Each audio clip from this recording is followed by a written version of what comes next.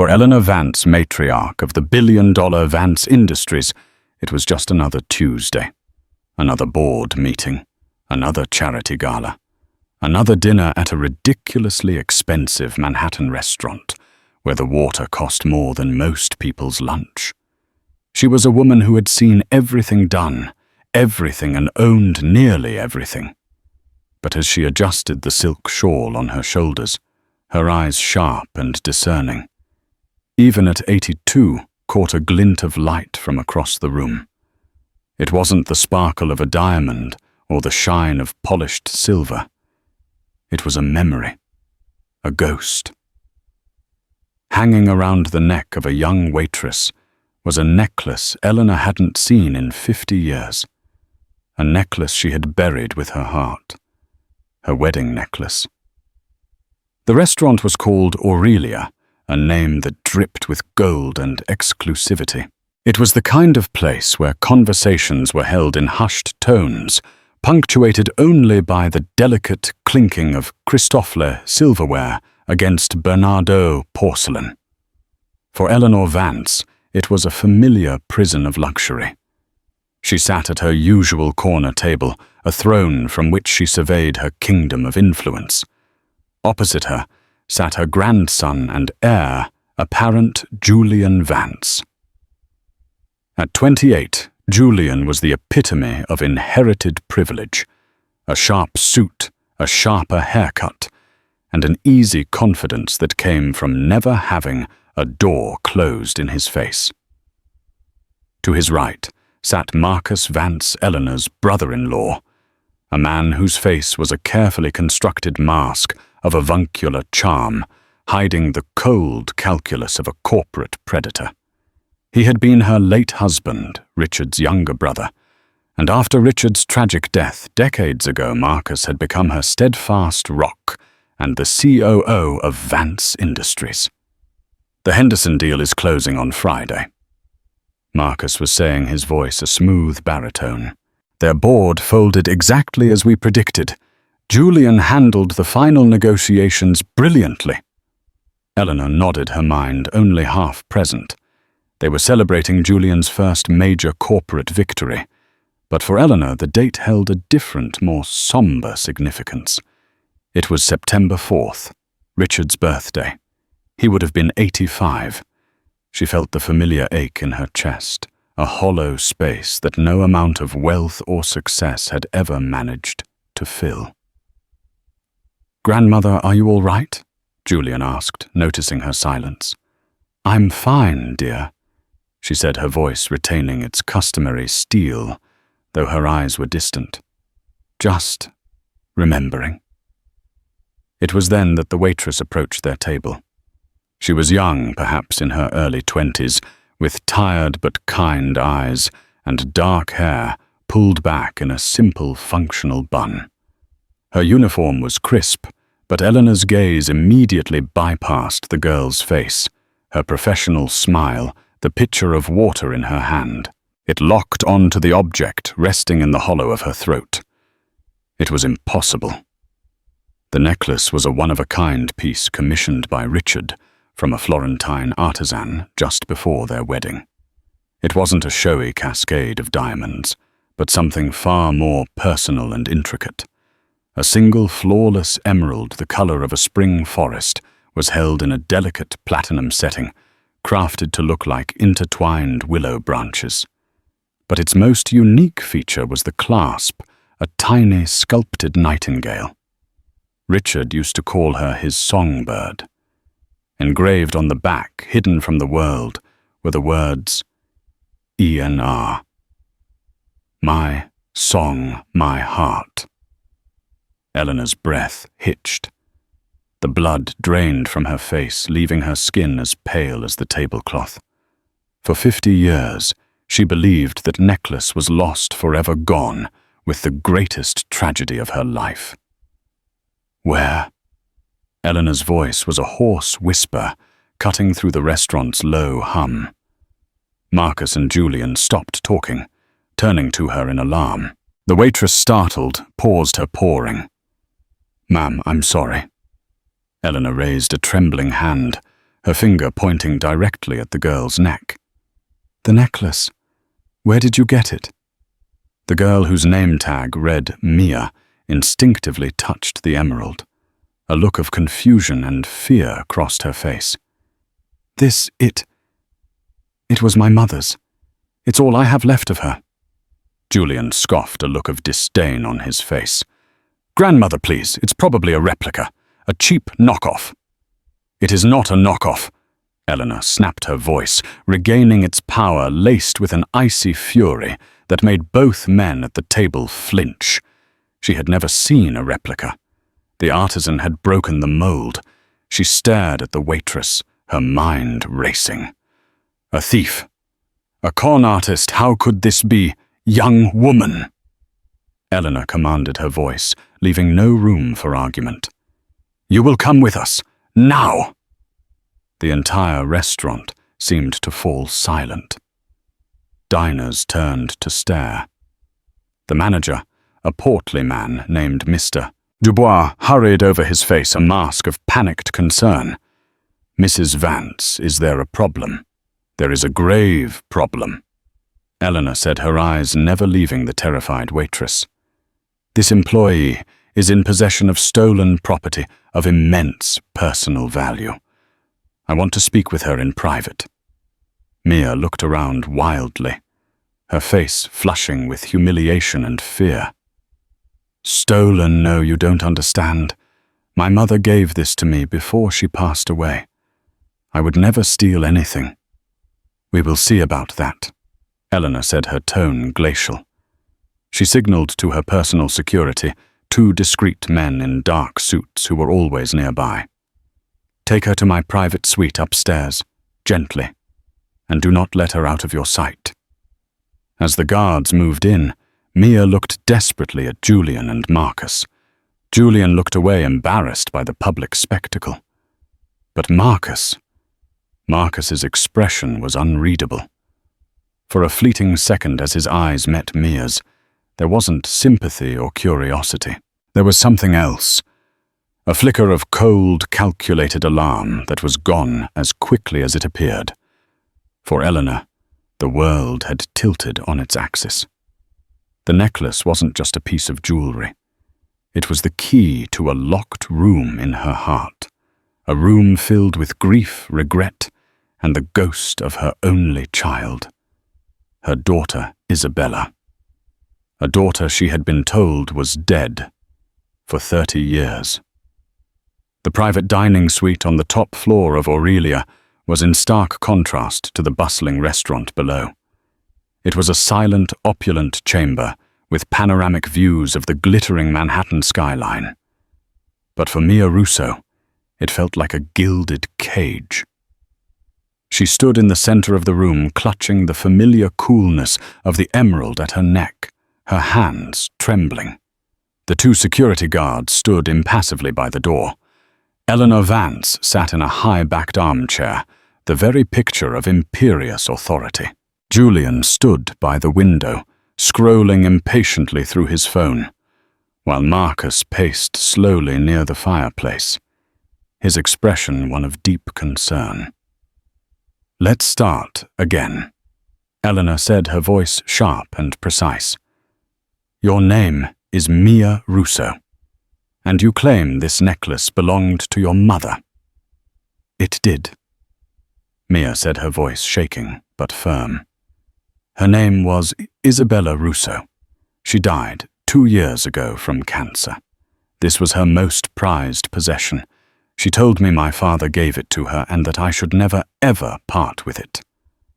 The name Isabella struck Eleanor like a physical blow. Her own daughter's name.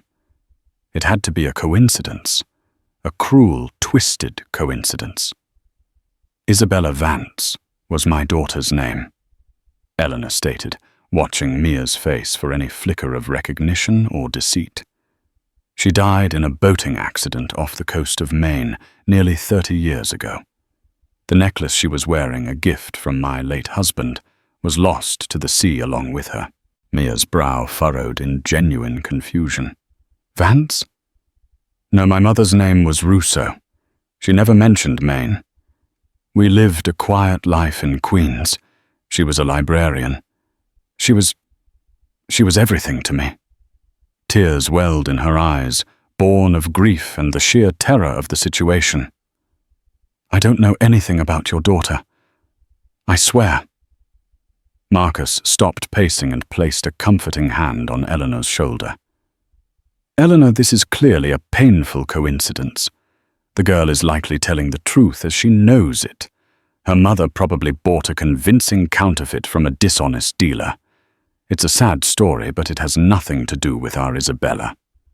Let me see it, Eleanor commanded, ignoring Marcus. Hesitantly, Mia unclasped the necklace. The tiny nightingale clasp clicked open in a way only she and Eleanor would know. She walked forward and placed it in Eleanor's outstretched, trembling hand. The moment the cool platinum touched her skin, Eleanor knew. Her thumb traced the familiar willow branches and settled on the back of the emerald setting. She didn't need a jeweler's loupe to feel the faint, worn grooves of the engraving ENR. My song, my heart. It was real. It was hers. A wave of dizziness washed over her. The official story, the one she had been told by a grief-stricken Marcus all those years ago, was that Isabella, wild and rebellious, after her father's death, had stolen a boat with friends. A storm had rolled in. There were no survivors, no bodies recovered, only wreckage.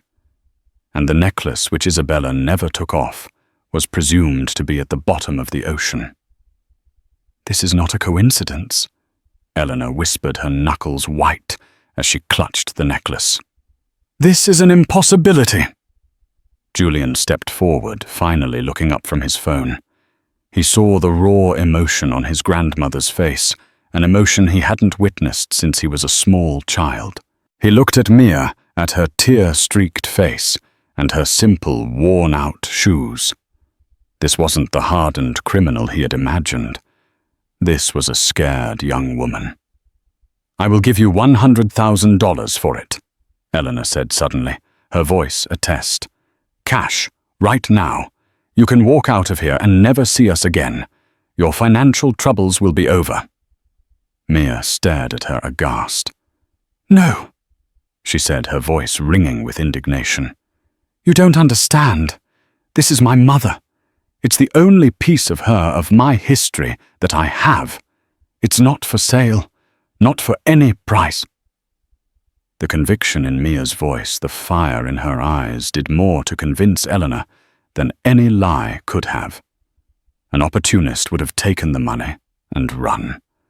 This girl believed her story, which meant her mother, Isabella Russo, was the key. Eleanor, this is enough, Marcus interjected, his voice hardening slightly. You're upsetting yourself over nothing. Let the girl go. We'll have our legal team handle the recovery of the necklace as a family heirloom. It's a simple matter of property law. But a seed of doubt had been planted in Eleanor's mind. Not about Mia, but about the story she had believed for 30 years.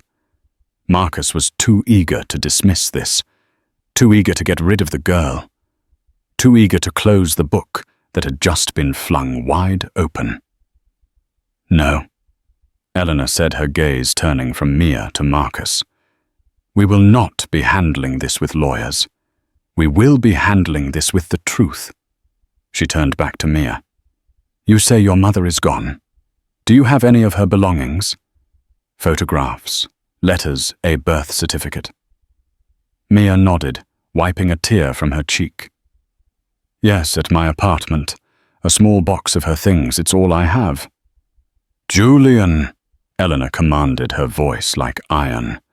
You will go with Miss Russo to her apartment and retrieve this box. Do not let it out of your sight. Marcus, you will call David Chen, my private investigator. I want him in my office at 8 a.m. sharp. Tell him to clear his schedule. Eleanor, is this wise? Marcus protested. Digging up the past. It seems the past has dug itself up. Eleanor retorted, her eyes boring into him. "And I intend to find out why." She handed the necklace back to a stunned Mia. "Keep it, for now. It seems you have more right to it than I currently do." As Julian escorted a bewildered Mia out of the room, Eleanor was left alone with Marcus. The air was thick with unspoken tension. She looked out at the city lights, but she wasn't seeing them. She was seeing a ghost. And for the first time, in a very long time, she felt a flicker of something she thought had died with her daughter, a terrifying, dangerous, and utterly consuming sliver of hope. Mia's apartment in Queens was a world away from Aurelia. It was a small third-floor walk-up in a pre-war building, filled with mismatched furniture, second-hand books, and the lingering scent of her mother's favorite lavender potpourri. It was humble, but it was a home built on love. Julian Vance felt profoundly out of place. His $1,000 shoes seemed to mock the worn linoleum floor.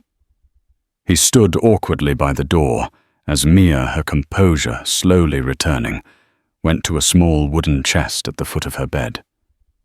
"This is it," she said, her voice soft. "Everything she left behind."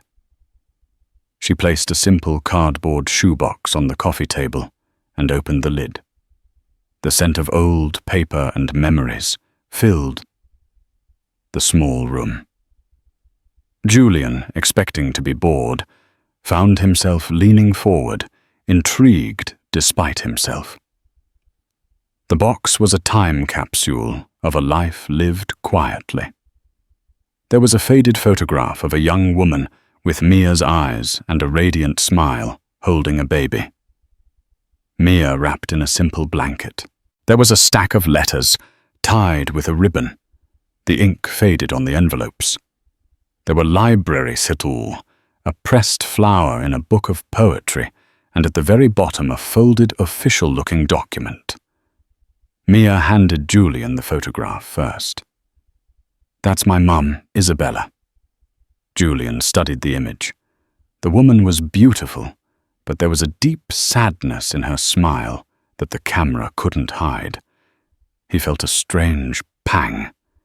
He had only ever seen one photograph of his aunt Isabella Vance, a formal portrait from her teenage years that hung in the east wing of his grandmother's mansion. The girl in that portrait was stiff and serious. The woman in this photograph looked alive, real, and the resemblance to the woman at his grandmother's table was undeniable. "And these," Mia continued, carefully picking up the bundle of letters, "she told me these were from my father. She said he was an artist, a wonderful man named Leo Russo. He died before I was born in an accident. That's why his name isn't on my birth certificate." She handed Julian the document. It was her birth certificate. Name, Amelia Russo. Mother, Isabella Russo. Father, unlisted. The details matched what she had said. Julian picked up one of the letters. The postmark was from a small town in upstate New York, dated over 20 years ago. The handwriting was a masculine scrawl, full of passion. "My dearest Isabella. My songbird," it began. Julian froze. Songbird, the same pet name his grandfather Richard had for his grandmother, Eleanor. It had to be a coincidence, but his heart was starting to pound. Meanwhile, back in her penthouse overlooking Central Park, Eleanor Vance was having her own journey into the past. In her private study, a room no one entered without permission, she opened a locked rosewood box. Inside were her own memories of Isabella. Not the rebellious, troubled girl Marcus had always described, but a bright, passionate young woman who loved art and poetry. She found a photo of Isabella at 16, wearing the Serafina locket for the first time. The joy on her face was breathtaking. How had that girl become the reckless casualty in the official story? Eleanor's hands trembled as she remembered the day Marcus had come to her, his face a mask of grief to deliver the news of the boating accident. She had been so consumed by her own sorrow, so numb from losing her husband only a few years prior, that she had let Marcus handle everything: the authorities, the reports, the memorial. She had never questioned him. Why would she? He was family. The next morning, David Chen, Eleanor's private investigator, sat in her office. Chen was a quiet, meticulous man in his 50s, with a reputation for unearthing truths that were buried deep. Eleanor laid out the situation, her voice steady and controlled, betraying none of the emotional turmoil raging within her. "I have 2 objectives for you, David," she said, sliding the photograph of Mia's mother across the polished desk. "First, I want to know everything there is to know about Isabella Russo and her daughter, Mia. Second," her voice dropped, becoming harder, "I want you to pull the original police and Coast Guard reports from my daughter Isabella Vance's boating accident 30 years ago in Maine. I want every document, every witness statement, every piece of paper associated with that day." "I understand," Chen said, his eyes sharp and analytical. "I'll start with the Russos. It will be faster." As Chen began his work, Julian arrived with the box from Mia's apartment. He recounted his visit, the letters, the photograph, the birth certificate. He mentioned the term songbird in the letters. Eleanor's composure finally cracked. A single tear traced a path down her cheek. "Richard called me that," she whispered. "And then he called Isabella that too. His little songbird." The pieces were clicking into place, forming a picture she couldn't yet comprehend, a terrifying mosaic of lies and lost time. She knew with a certainty that chilled her to the bone that the girl in Mia's photograph and her own lost daughter were one and the same. Isabella hadn't died. She had run away. She had lived a quiet life in Queens, as Isabella Russo had a child with a man named Leo, and had died, never once reaching out to the family who thought she was a ghost. But why? Why would her daughter abandon a life of immense wealth and privilege? Why would she let her own mother believe she was dead for 3 decades? Was it shame? Fear? Or had she been driven away? The question hung in the air, dark and menacing, and as Eleanor looked from the photo of her smiling daughter to the memory of Marcus's face, so full of false sympathy, a new, more horrifying question began to form. Who had benefited the most from Isabella Vance's disappearance? David Chen was exceptionally good at his job. Within 48 hours, he had a preliminary report on Eleanor's desk.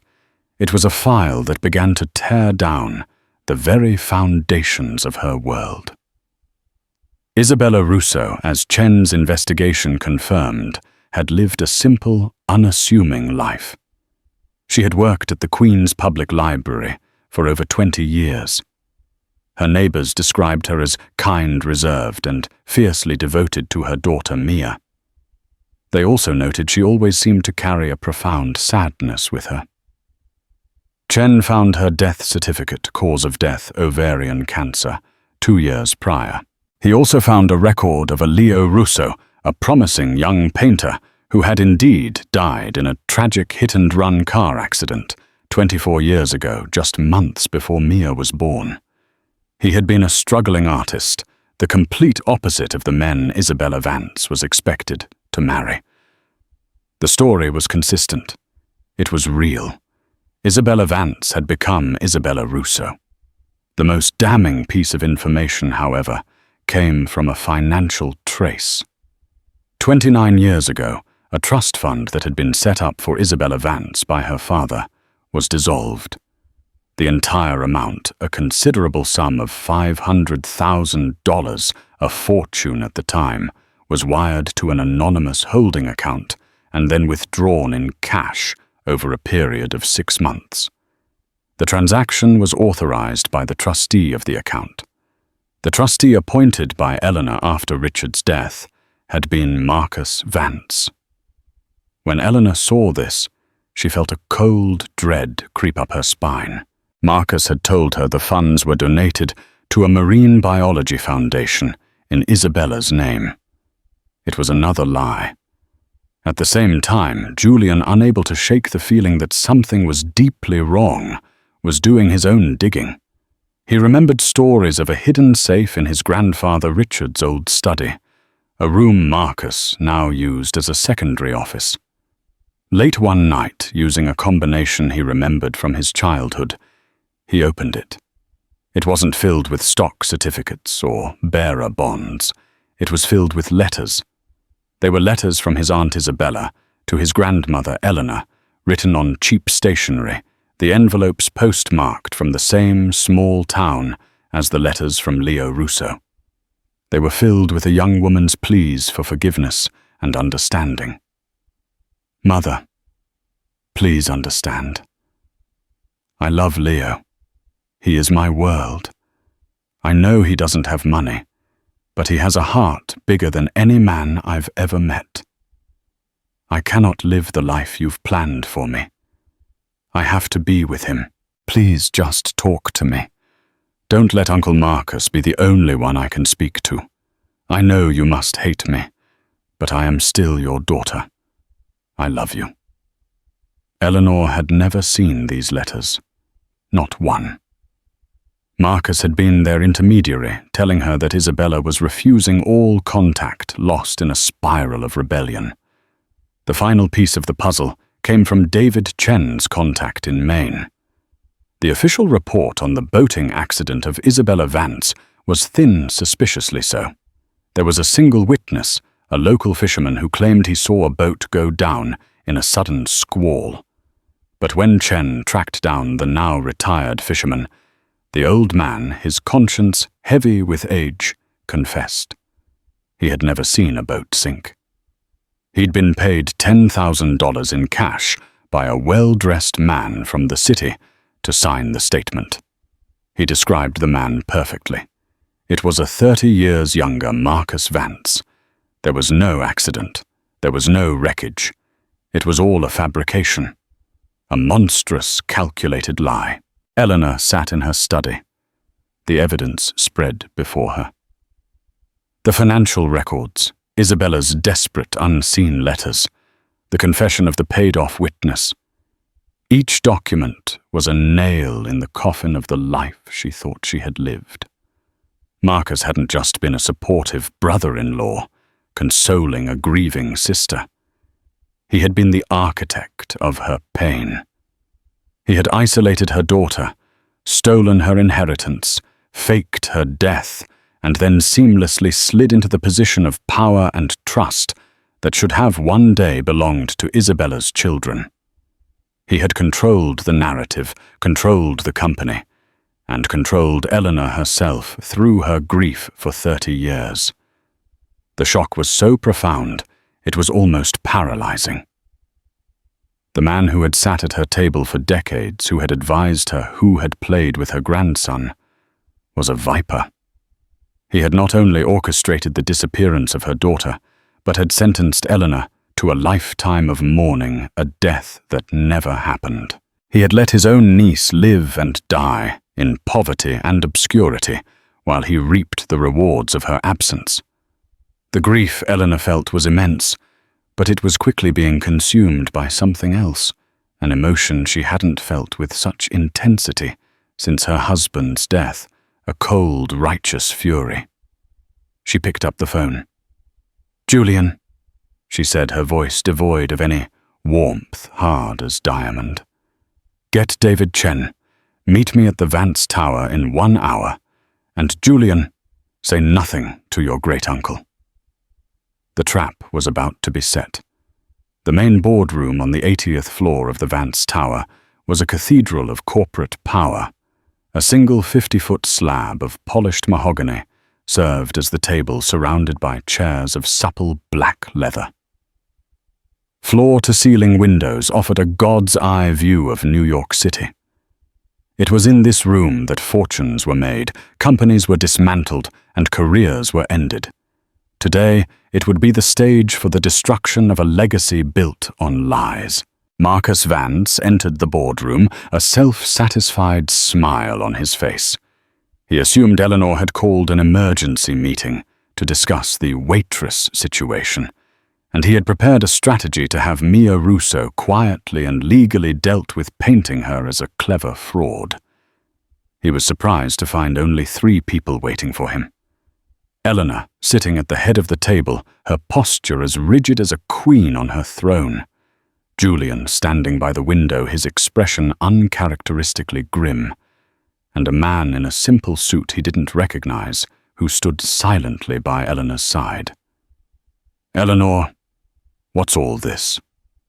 Marcus began, his tone light. "A bit dramatic for a Tuesday morning, isn't it? If this is about that girl, I assure you, I have it handled." "Sit down, Marcus," Eleanor said. Her voice was quiet, but it echoed in the cavernous room with chilling authority. Marcus's smile faltered. He took a seat opposite her, a flicker of unease in his eyes. "This is David Chen," Eleanor said, gesturing to the man beside her. "He is a private investigator." The color drained from Marcus's face. "A private investigator? For what possible reason?" "For the truth," Eleanor replied. She slid a file across the polished table. It stopped directly in front of Marcus. "Let's start with this. A transaction record from 29 years ago, the dissolution of Isabella's trust fund. You told me the money went to a marine biology foundation in her memory, but it seems it went into a holding account, and then into your pocket." Marcus stared at the paper, his mind racing. "That's a misunderstanding. There were complications, fees. I intended to make the donation, but the legalities were complex." "Were they?" Julian spoke for the first time, his voice laced with contempt. He stepped forward and placed the bundle of his aunt's letters on the table. "Were these letters also a complication? The ones Isabella wrote to her grandmother, begging for forgiveness? The ones you intercepted and hid for 30 years? Marcus looked at the faded envelopes, and for the first time, raw panic flashed in his eyes. "Where did you get those? This is an invasion of privacy. Those are family matters. They are my family matters." Eleanor corrected, her voice rising with controlled fury. "And you kept my daughter's words from me while you fed me lies about her rebellion and her descent into recklessness. I was protecting you, Eleanor." Marcus blustered, his voice growing louder, more desperate. "She was out of control. She was throwing her life away on some penniless artist. I did what I had to do to protect the Vance name, to protect Richard's legacy." "Protect his legacy." Eleanor's voice was a low growl. "You destroyed it." David Chen stepped forward and placed a small digital recorder on the table. He pressed play. The crackling voice of an old man filled the silent room. "His name was Vance, a fancy man from the city. He gave me 10 grand in cash. Said all I had to do was sign a paper saying I saw a boat go down in the storm. Never saw no boat. Never saw no girl. It was a lie. But I needed the money." The recording ended. The silence that followed was absolute, broken only by Marcus's ragged breathing. His mask of charm and control had shattered, revealing the craven, jealous man beneath. He was cornered, exposed, with nowhere left to run. "You let me mourn my daughter for 30 years. Eleanor whispered, the pain of a lifetime in her voice. "You let me build a memorial to a ghost you created. You stood by my side, at her empty grave, a comforting hand on my shoulder while you knew she was alive, struggling alone. You let her die sick and poor just a few miles from here. All for this. She swept her hand around the opulent boardroom. For money, for control. Because you could never measure up to your brother. Could you, Richard, built this empire? You could only steal it. Marcus slumped in his chair, defeated. The fight was gone, replaced by a hollow emptiness. He stared at his hands on the mahogany table, the hands that had signed the false reports, hidden the letters, and stolen a family's future. I did it for the family, he mumbled a pathetic, broken refrain. You are not family. Julian snarled, his face a mask of disgust. Not anymore. Eleanor stood up, her full height, seeming to fill the room. Her grief was a tangible force, but it was now forged into a weapon of cold, hard justice. Security is on their way, Marcus, she said, her voice devoid of all emotion. They will escort you from this building. Your assets are frozen. Your name will be stripped from every Vance holding. You will be publicly and legally disowned. You took my daughter from me. Today, I am taking everything from you. Now get out of my sight. As the security team arrived and led a pale, speechless Marcus Vance from the room, Eleanor finally allowed her composure to break. She sank into her chair, the strength leaving her legs, and buried her face in her hands. The truth was out, but the devastation it left in its wake was immeasurable. She had not found her daughter. She had only found the truth of how she had lost her, and it was a betrayal more painful than death itself. The days following the confrontation were a whirlwind of legal action and quiet sorrow.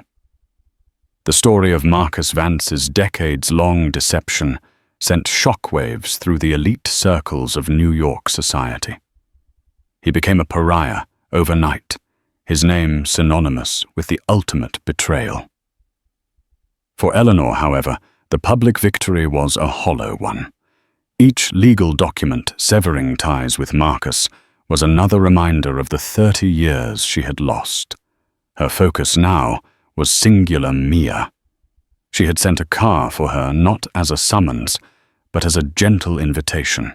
Mia arrived at the grand Fifth Avenue penthouse, the same place she had been brought under suspicion, but this time she was greeted not by security guards, but by Eleanor Vance herself, her eyes filled with a profound, aching sadness.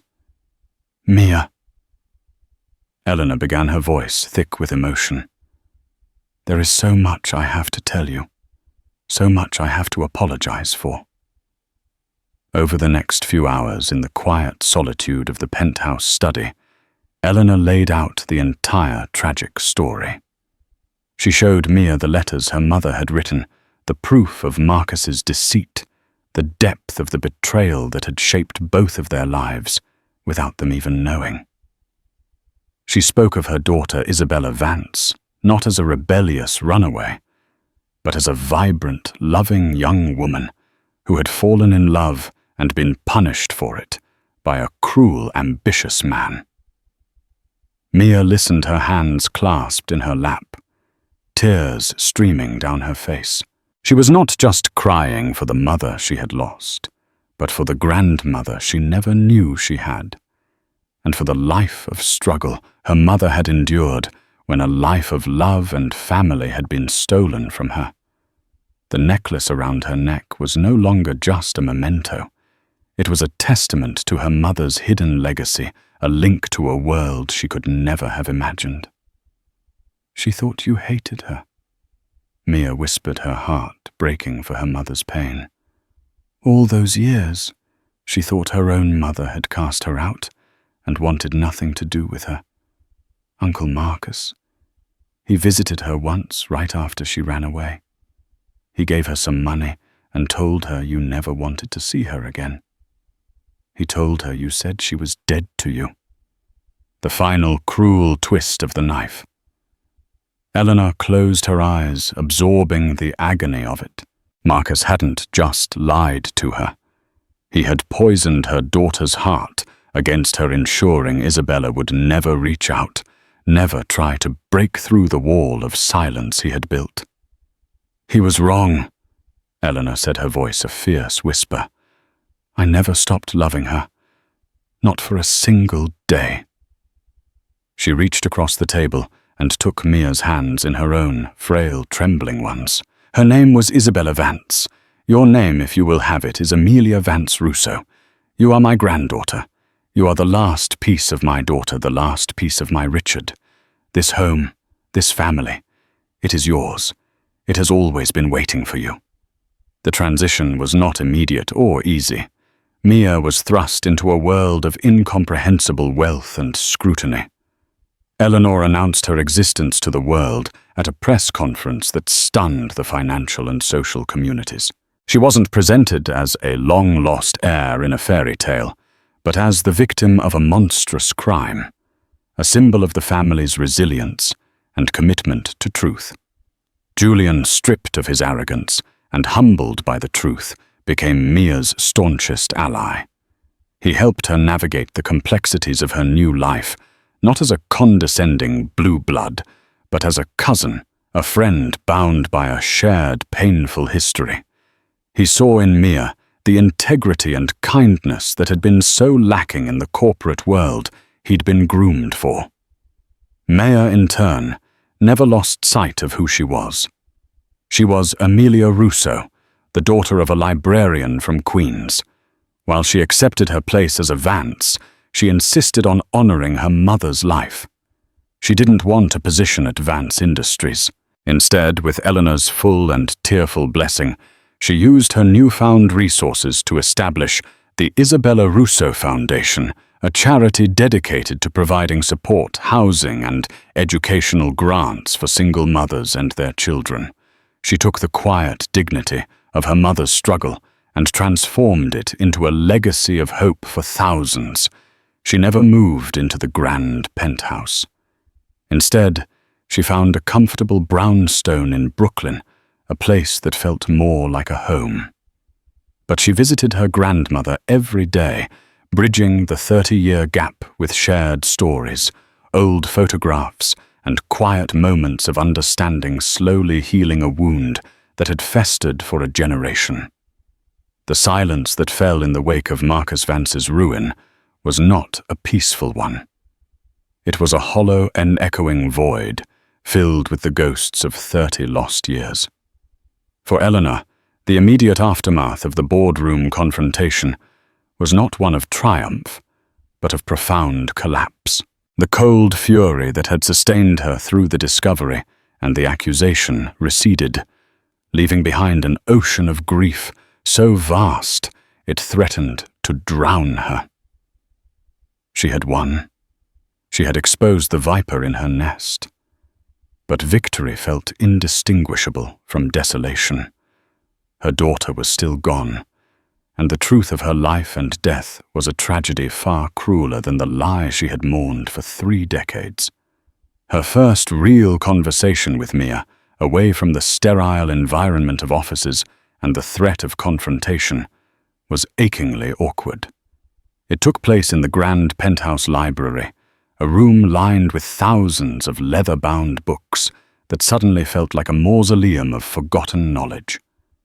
Mia sat on the edge of a damask sofa looking small and overwhelmed, still dressed in the simple clothes of her former life. She clutched a lukewarm cup of tea, her knuckles white. Eleanor sat opposite her, a chasm of mahogany and Persian rug between them, unsure of how to bridge a gap forged by a lifetime of deception. "I have your mother's old rooms," Eleanor began, her voice fragile, stripped of its usual authority. "They've been preserved, untouched. I suppose I always thought." She trailed off, unable to finish the sentence. "That I could go in there and pretend she was just away at school, that keeping it a shrine would somehow keep her alive." Mia looked up, her eyes red-rimmed and filled with a pain that mirrored Eleanor's own. "Can I see them?" she asked, her voice barely a whisper. Together they walked down a long, silent corridor to the east wing. Eleanor used a heavy, ornate key to unlock a door she hadn't opened in years. The air that greeted them was still and thick with the scent of dried potpourri and old paper. Isabella's teenage bedroom was a perfect time capsule from the late 20th century. A collection of vinyl records, Bowie, The Smiths, Kate Bush, sat beside a dusty turntable. Poetry books by Plath and Dickinson were stacked on a nightstand. A corkboard on the wall was a collage of faded photographs, a smiling girl with her arms around her father Richard, the same girl on horseback, a candid shot of her laughing with friends, her face a constellation of youthful joy. Mia walked slowly into the room, her fingertips grazing the edge of a wooden desk. She saw a life her mother had never once spoken of. This vibrant, privileged, happy girl felt like a stranger. The Isabella she knew was quiet, melancholic, a woman who found her solace in the hushed aisles of the library, who seemed to carry the weight of the world on her slender shoulders. She was so alive, Mia whispered, picking up a silver-backed hairbrush from the vanity. She was the brightest light in every room. Eleanor said, a tear finally tracing a path down her wrinkled cheek. Before her father died, she was everything. Afterwards, a part of that light went out. Marcus convinced me her rebellion, her falling for Leo, was a symptom of her grief, a way of lashing out. He twisted her love into a weapon against her. Mia turned her expression a mixture of sorrow and a flicker of anger. She loved my father, and she loved you. In the box, the one I showed Julian, there were journals. She wrote about you all the time, how she missed your conversations, how she hoped one day you would meet Leo and see the man she saw. Mia's voice broke. She spent her whole life believing you had rejected that love, that you had rejected her. The accusation, though gentle, struck Eleanor with the force of a physical blow. It was her deepest fear laid bare that her pride and her reliance on Marcus had made her complicit. I failed her, Amelia.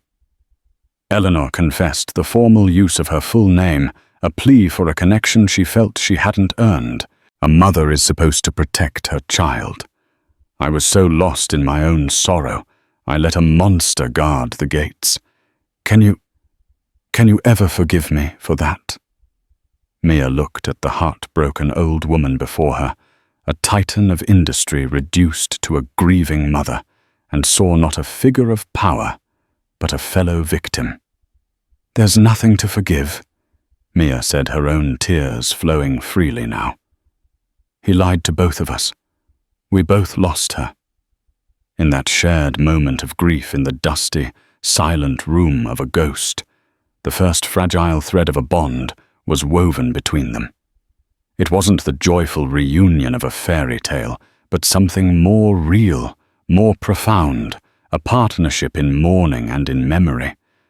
The days that followed were a chaotic blur. The story exploded in the media, and Mia's life was irrevocably altered. Paparazzi camped outside her Queen's apartment building, turning her humble home into a prison. Her friends from the diner, especially her closest confidant, Chloe, were supportive, but a new distance was there. They looked at her differently, as if she were now a creature from another planet. Some acquaintances came out of the woodwork, asking for money for introductions, for a piece of the fantasy. Her old life was being dismantled brick by brick. Eleanor, in her grief, reverted to her old ways of solving problems with money. She had her real estate agents purchase a lavish duplex on Park Avenue for Mia, fully furnished and staffed. But when Mia saw it, she gently refused. "I can't," she explained to a confused Eleanor. "This isn't me. It feels like I'd be stepping into a costume." Instead, she asked for something far more valuable: time. Julian became the indispensable bridge between these two worlds. Humbled and stripped of his former arrogance, he found a new purpose. He shielded Mia from the worst of the media storm, handled the sycophants with a cool efficiency, and patiently explained the labyrinthine complexities of the Vance family holdings. He would take her for coffee not at Aurelia, but at a small anonymous café in Greenwich Village where they could talk. "It's all right to be angry," he told her one afternoon after she'd confessed to feeling overwhelmed and lost. "You have every right to be. You can be angry at Marcus, at the world, even at grandmother. She'd understand." "I'm not angry at her," Mia said, stirring her latte. "I'm just sad. I feel like I'm grieving my mom all over again, but this time I'm grieving the life she should have had." One crisp morning, Mia did something she had to do alone. She took the train to the cemetery, where her mother was buried under a simple headstone, Isabella Russo. Beloved mother. She sat on the grass, the Serafina locket cool against her skin, and told her mother everything. "Hi, Mom," she began, her voice thick. "You're not going to believe this. That story you told me about Dad being a prince, it was kind of true. You were the princess. Your name was Isabella Vance, and your mother, my grandmother. She didn't cast you out. She loved you. She loves you still. A bad man lied to everyone, Mom. He stole your life from you. But I'm going to make sure the world knows your real story. The story of Isabella Vance Russo. I promise." That promise became her anchor. She didn't want the power or the prestige of the Vance name for herself. She wanted to use it to give her mother the legacy she was denied. The idea for the Isabella Russo Foundation was born not in a boardroom, but on the quiet, sun-dappled grass of a cemetery. When she presented the idea to Eleanor and Julian, a foundation to provide comprehensive support for single mothers and their children, Eleanor wept. It was the perfect tribute, a way to transform Isabella's quiet struggle into a powerful force for good. Eleanor, for her part, undertook her own pilgrimage. She had her driver take her to the address in Queens. She walked up the 3 flights of stairs to the apartment where her daughter had lived and died. Mia had given her a key, and for an hour Eleanor sat alone in the small, lavender-scented living room. She saw the worn armchair where her daughter must have read to Mia the second-hand books, the small kitchen where she cooked humble meals. It was a life of profound lack, materially speaking, but it was also clearly a life filled with a deep and abiding love between a mother and a child. For Eleanor, sitting there amidst the ghosts of her daughter's quiet life, the true cost of Marcus's betrayal became agonizingly clear. It wasn't about the lost inheritance. It was about the lost moments. The birthdays, the scraped knees, the bedtime stories, the shared laughter. It was a theft of time itself. The launch of the Isabella Russo Foundation was a major event held at the New York Public Library, a place that honored Mia's mother. Mia, standing at the podium in a simple, elegant dress, was no longer the timid waitress. She was a woman who had found her voice. She spoke not of the Vance fortune or the scandal, but of her mother, the librarian from Queens, who taught her that the greatest wealth was found in kindness and in books. She told the story of a single mother's quiet dignity, her fierce love, and her uncomplaining strength.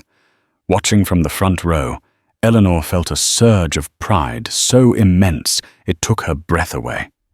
This was her granddaughter. This was Isabella's daughter. She was everything Richard would have dreamed of. Strong, compassionate, and wise, with a heart that valued people over profit. Julian sat beside her, his gaze fixed on his cousin, his admiration clear. The Vance family, once a cold dynasty of two, was becoming a warm and resilient unit of three. A few weeks later, on a golden autumn afternoon, Eleanor took Mia and Julian to the family estate in Connecticut. It was the first time Mia had seen the place her mother had loved so dearly. They walked through the gardens, the air crisp and smelling of wood smoke and damp earth. They came to a bench overlooking a bed of Richard's favorite white roses. This was her spot, Eleanor said, her voice soft with memory. She'd sit here for hours with a book. As they sat, Eleanor reached into her pocket and pulled out the small velvet box. She opened it to reveal the Serafina locket, gleaming as if lit from within.